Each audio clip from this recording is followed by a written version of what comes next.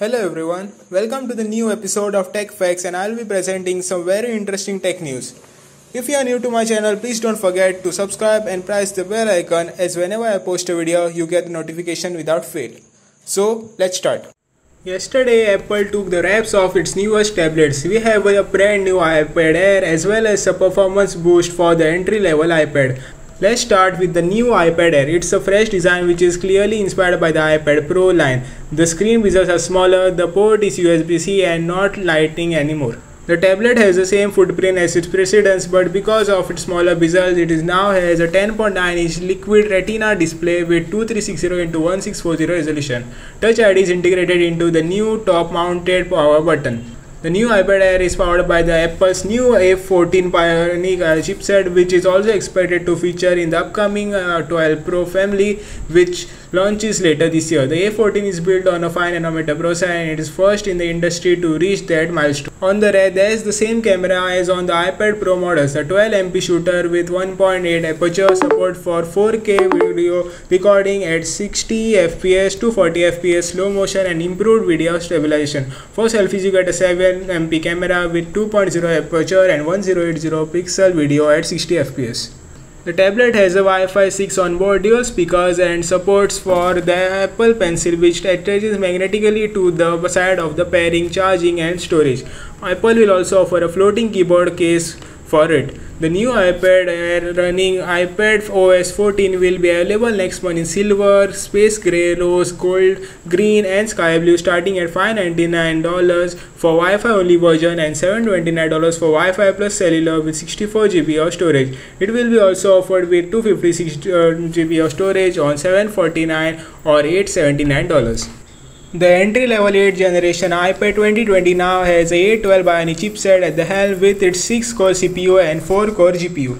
Otherwise, this tablet is exactly the same as the precedence, 10.2-inch display and big bezels included. The price has to stay the same too at $329 for the Wi-Fi only model and $459 for Wi-Fi plus cellular.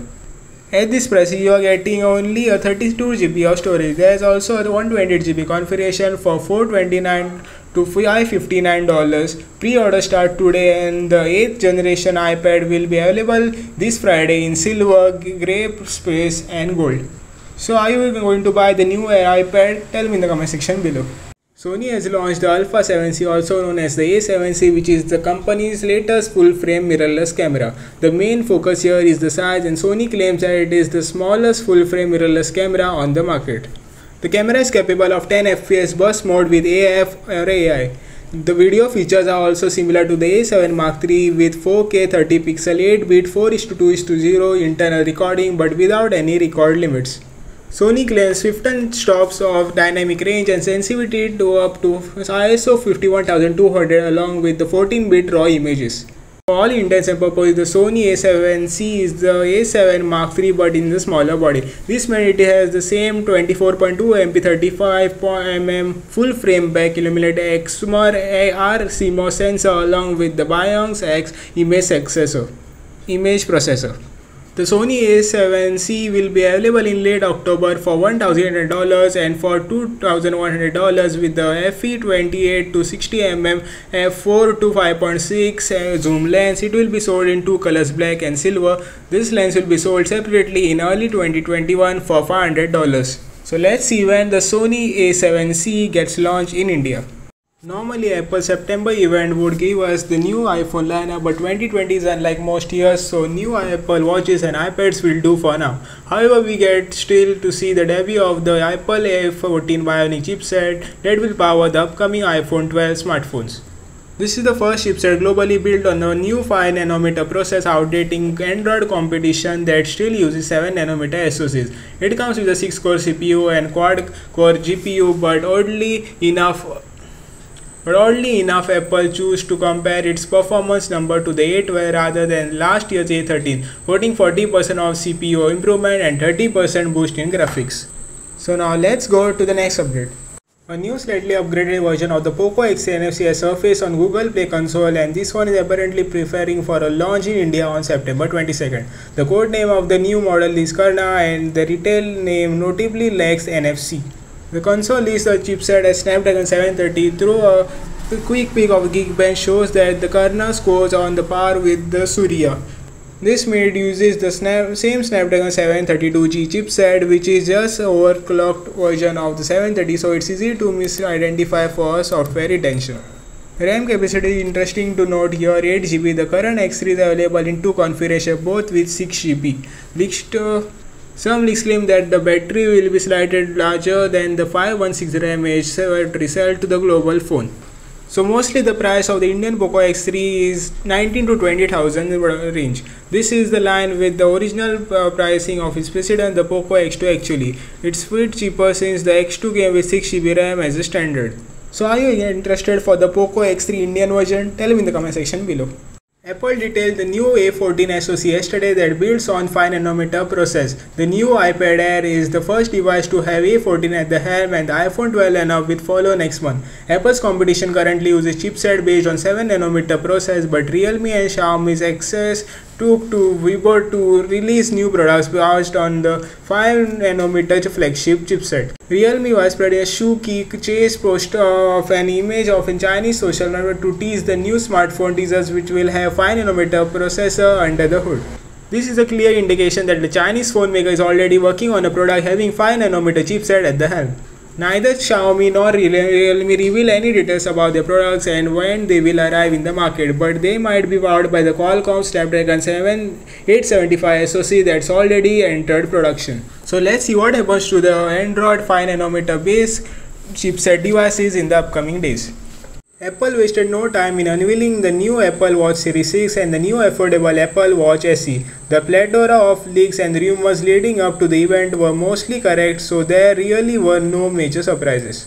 The Apple Watch 6 is somewhat of an incremental update over the Series 5 features wise. It brings Apple's new S6 chipset. It's a dual-core chip which Apple claims to be up to 20% faster than the S5 inside the Apple Watch Series 5. Integrated is the S6 platform with an UI chip that has ultra-wideband antennas that enable short-range wireless locations that can allow you to use the Watch Series 6 as a digital key for your car.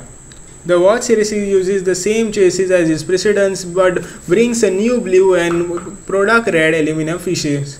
There are two stainless steel variants, graphite and classic yellow gold. Apple claims the Watch Series 6 maintains the Series 5's up to 18-hour battery life while features faster charging. A full charge takes under an hour and a half. The Apple Watch Series 6 is available for pre-orders now with the shipment starting on Friday, September 18. The aluminum GPS only model starts at $399 for the 40mm size and $429 for the 44mm. The GPS plus cellular version costs $499 and $529 respectively. The stainless steel model or one of our more sophisticated brands will push the price further.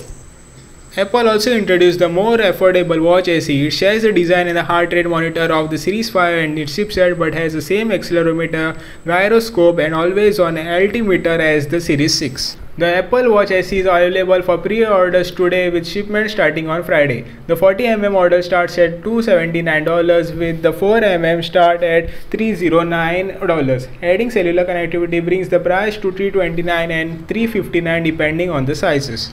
Apple will also continue to sell the Watch Series 3, which is new most affordable wearable. The 38mm version will be $199 and 42mm one will be $229. Your choices are down to silver aluminum case with white sport band and grey spray aluminum case with black sport band. So do you want me to make an unboxing video of the Apple Watch SE? Tell me in the comment section below. According to the new rumors making rounds, Samsung is gearing to launch the new series of the smartphones focused on photography in India under the Galaxy F moniker.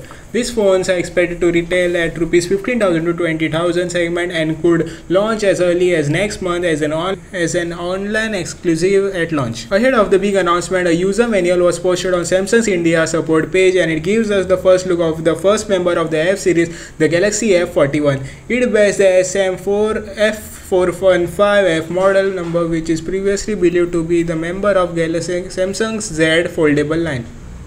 We can see that the F41 comes with a water drop notch screen, triple rear cameras, rear mounted fingerprint scanner and phone jack. The schematics reveal a dual speaker setup with the earpiece acting as the secondary speaker alongside the bottom firing unit. Speculations point to 64MP main shooter. It also remains to be seen what the third model will be. Alongside its manual, the Galaxy F41 also passed through Geekbench, revealing it is powered by the Exynos 9611 chipset. It managed and will come in 6GB of RAM. Now let's see when the Samsung release the upcoming F series in India. Thanks for watching. Don't forget to like, comment, share and subscribe. Jai Hind, Vande Mataram.